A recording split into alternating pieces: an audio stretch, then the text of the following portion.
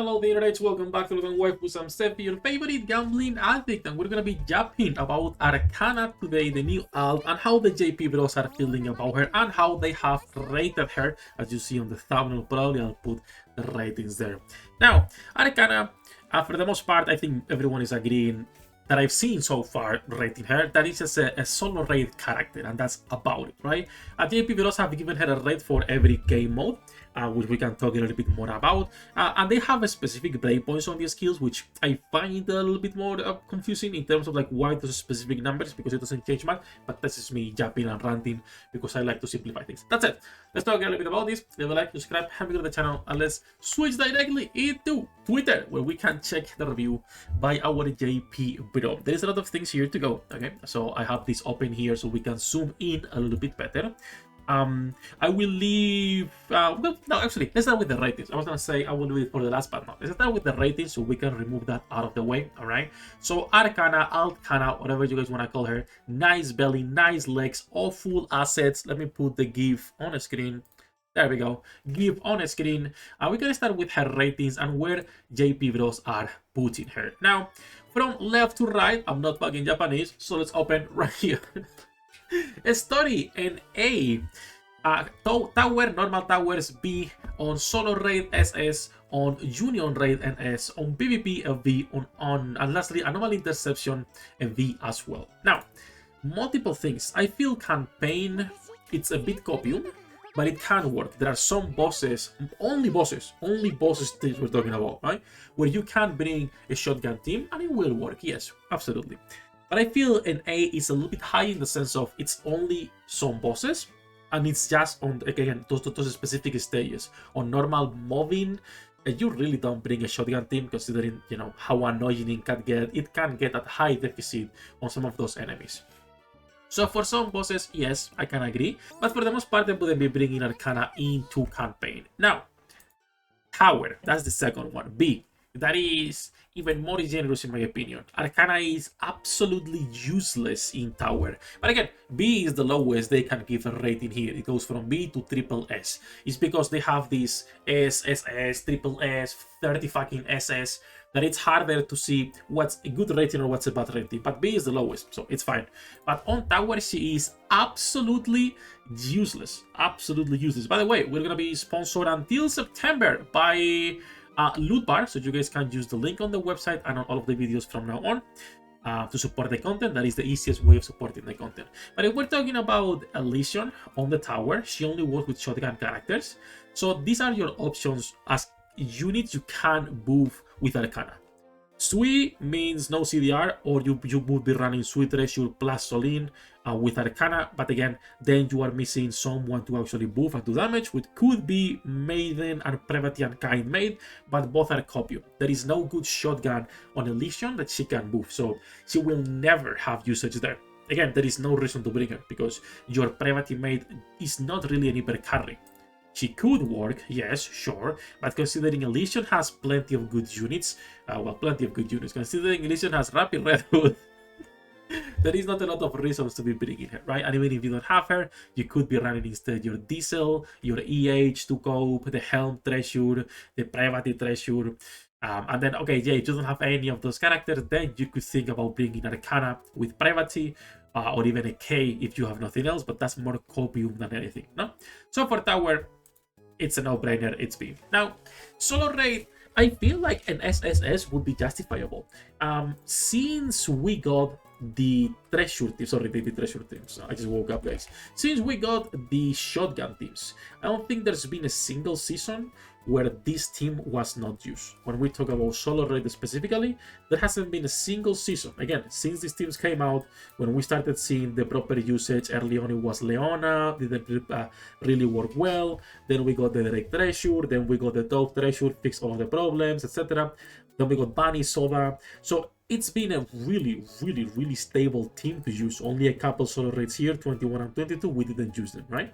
So I will say like a triple S could be justifiable for shotgun teams and specifically for Arcana as well, because we will be seeing her. But I can understand the double S because she's not a mandatory character. She's not Top Treasure. right? Which is the character making even possible that these teams work properly. So nevertheless, works fine. For Union Raid, it feels more of a copium. I think an A would be better, just like for campaign, because it's only a specific elements and it's only on a specific bosses. When it comes to Union Raid, there's only 3 slots, and there's only 3 teams you can bring. One is Crown, one is Nayuta. So you are left with an extra team that might be running Mates, might be running an Aid, a Grave, maybe your Breed or your S-Helm, depending on the boss. So it's only going to be for specific elements, specific bosses, and also heavily depends on your roster, what you have invested now. So I would say for Union Raid, a bit more copium. I will put an A rather than an S, just because it's a bit more limited.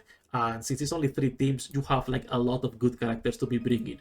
PvP, we are not gonna be talking. I do not do PvP, you all know it, okay?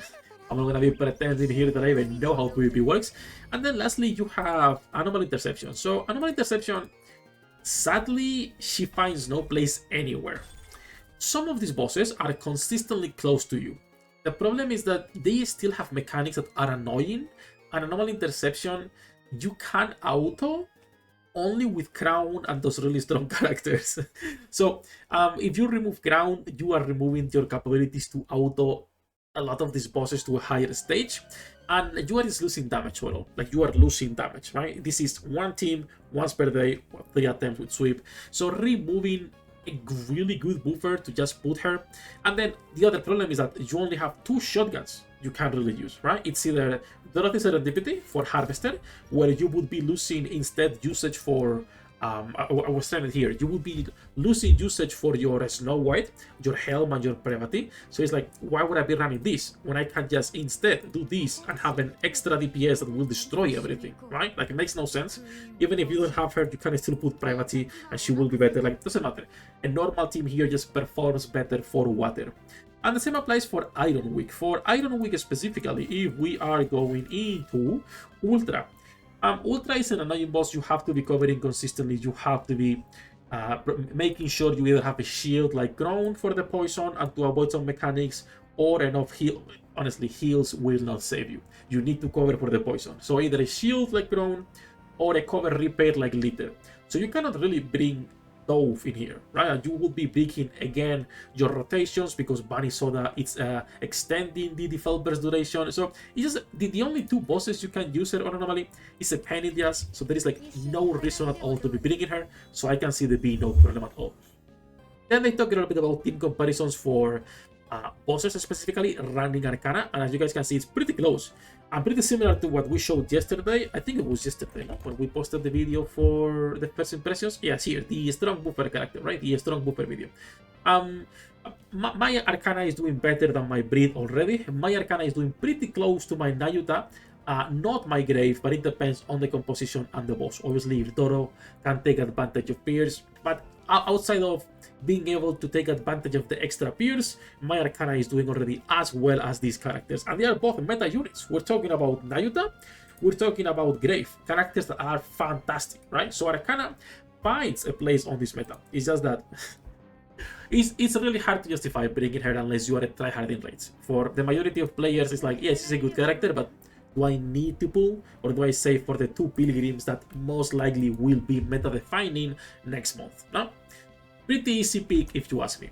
And then they go a little bit into her build. And as you can see, they have skill 1 at 8, skill 2 at 9, and the burst at 7. I don't fully agree with this, but it's just nitpicking. It's good recommendations, fantastic recommendations. I just think, first of all, the burst only depends on her build. Do you have good gear, good elemental and attack? Then you go level 10 because she's a DPS. If you don't have good gear, then you go level 4 because she's not gonna be used as a sub DPS per se, just a pure buffer, right? And then skill 1 and 2.